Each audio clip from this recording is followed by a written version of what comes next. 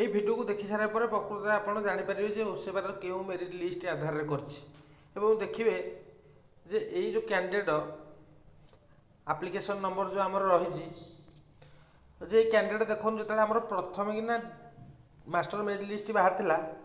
ସେତେବେଳେ ଦେଖିଥିଲେ ଯେ ଏଇ କ୍ୟାଣ୍ଡିଡେଟ୍ ଜଣକ डिस्ट्रिक्ट प्रिफरेन्स एटा मास्टर मेरिट लिस्टर जो लिस्टा यही जो आप्लिकेसन सिक्वेन्स नंबर देखिए जे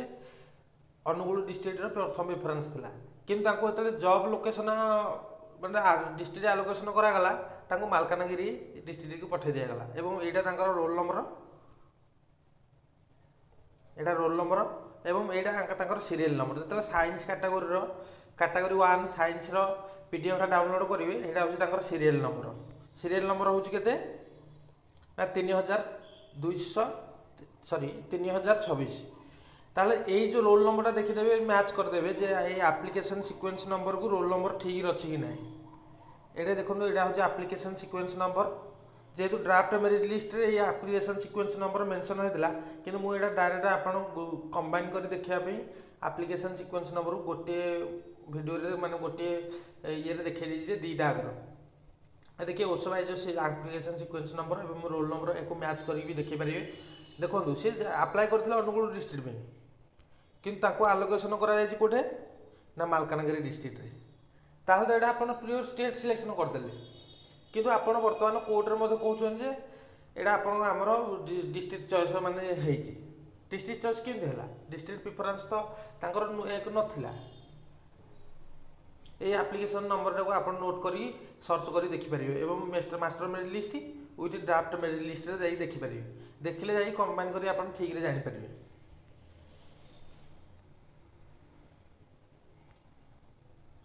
तापर आउ गोटे कैंडिडेट सीन देखा जे ये कैंडिडेट जनक बालेश्वर जिला पे अप्लाई करते फास्ट प्रिफरेन्स बालेश्वर जिला देते किंतु मालकानगिरी रे आलोकेशन कर कैटेगोरी 2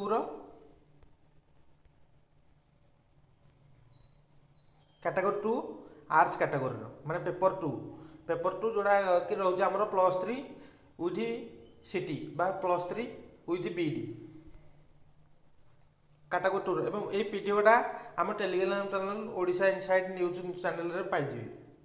टोटाल 16टा पीडीएफ अच्छी मु टोटाल आपको कंबाइन कर देखी मालकानगिरी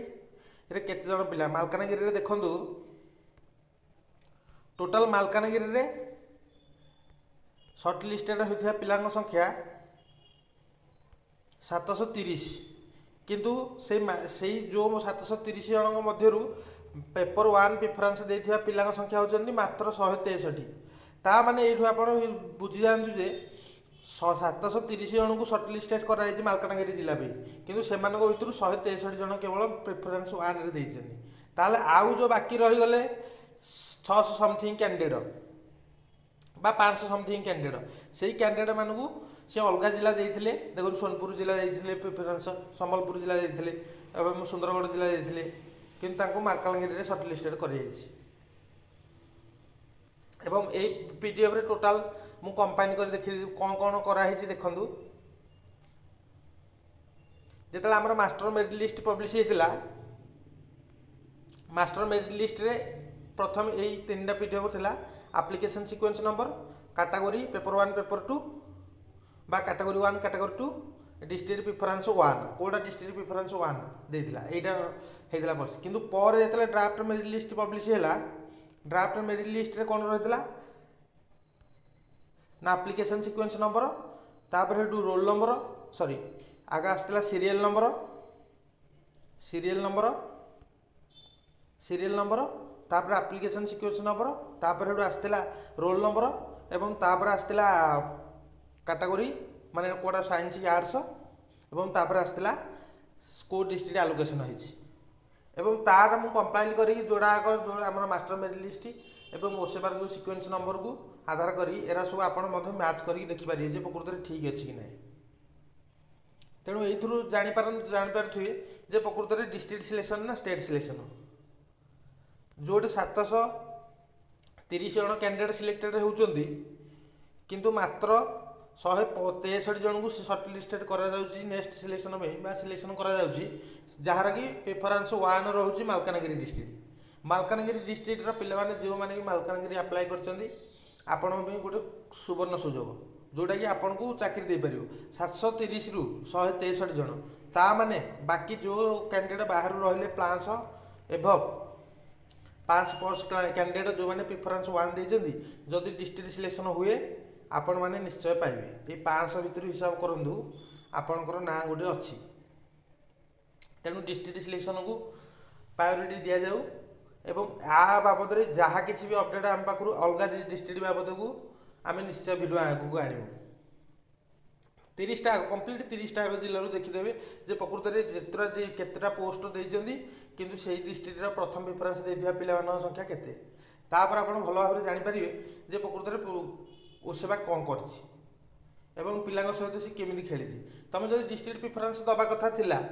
ଯଦି ଷ୍ଟେଟ୍ ସିଲେକ୍ସନ୍ କରିବା କଥା, ରିଟିନ୍ କ୍ଲାରିଫିକେସନ୍ ଦେଇଦିଅ। କ'ଣ ପାଇଁ ପିଲାମାନଙ୍କୁ ଅନ୍ଧାରରେ ରଖିବାର କାରଣ କ'ଣ? ରିଟିନ୍ କ୍ଲାରିଫିକେସନ୍ ଦେଇଦେଲେ ଆଉ ଆମର କିଛି ଅସୁବିଧା ହୋଇନଥାନ୍ତା, ପିଲାମାନେ ସେଇ ଅନୁସାରେ ପକାଇଥାନ୍ତେ। କିନ୍ତୁ ପିଲାମାନେ ତ ଯାଇ ଭୟରେ ଆଗକୁ କାଳେ ଡିଷ୍ଟ୍ରିକ୍ଟ ସିଲେକ୍ସନ୍ ହେଇଯିବ, ସେଇ ଭୟରେ ମାଲକାନଗିରି ଡିଷ୍ଟ୍ରିକ୍ଟ ଯଦି ଡିଷ୍ଟ୍ରିକ୍ଟ ସିଲେକ୍ସନ୍ ଯଦି କରିବାର ନଥିଲା, ଯଦି ଷ୍ଟେଟ୍ ସିଲେକ୍ସନ୍ କରିବାର ଥିଲା, ତାହେଲେ ପିଲାଙ୍କୁ ଫାଷ୍ଟ କହିଦେଇଥାନ୍ତ, ସେମାନେ ନିଜ ଓନ୍ ଡିଷ୍ଟ୍ରିକ୍ଟ ପକାଇଥାନ୍ତେ। ଆରେ ସେଇ ଡିଷ୍ଟ୍ରିକ୍ଟରୁ ନ ହେଇଥିଲେ ସେ ଯେଉଁ ଡିଷ୍ଟ୍ରିକ୍ଟ ହେଲେ ପାଇଥାନ୍ତା ଷ୍ଟେଟ୍ ସିଲେକ୍ସନ୍ ନହେଲେ। କ'ଣ ପାଇଁ ଗୋଟେ ଦୂର ଏମାନଙ୍କ ଭିତରୁ ବହୁତ କ୍ୟାଣ୍ଡିଡେଟ୍ ଚାକିରି କରିବେନି। ଏଇଥିପାଇଁ ଯେଉଁମାନେ ଏଇ ମାଲକାନଗିରିରେ ପାଇଛନ୍ତି ସେମାନଙ୍କ ଭିତରୁ ବହୁତ ପିଲା ବି କରିବେନି। ଏଇ ଯେଉଁ 730 ସର୍ଟ ଲିଷ୍ଟରେ କରିଛନ୍ତି, ଏଇ ଯେଉଁ ଲିଷ୍ଟରୁ ବହୁତ ପିଲା କରିବେନି। କାହିଁକିନା ଯେହେତୁ ଆମର ସେଇଟା ଓଡ଼ିଶାର ପୁରା ବର୍ଡ଼ରରେ ରହୁଛି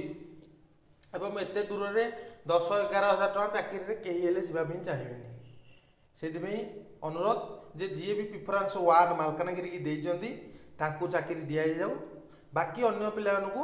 ଯେଉଁମାନଙ୍କୁ ଦିଆଯାଇଛି ସେମାନଙ୍କୁ ରିଭାଇଜ୍ ଆନ୍ସର କି ରିଭାଇଜ୍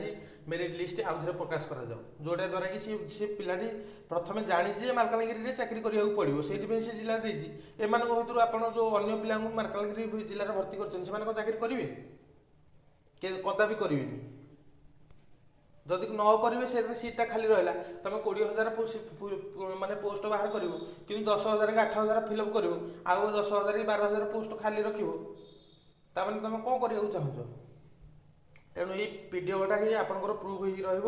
ଭିଡ଼ିଓଟାକୁ ଟୋଟାଲ୍ ପ୍ରତି ଗ୍ରୁପ୍ରେ ସେୟାର କରିଦିଅନ୍ତୁ ଏବଂ ଏଇଟା ହେଉଛି ଫାଷ୍ଟ ଆଣ୍ଡ ଟ୍ରଷ୍ଟେଡ୍ ଇନଫର୍ମେସନ୍ ଆମ ଚ୍ୟାନେଲ୍ ତରଫରୁ। ରହୁଛି, ନମସ୍କାର।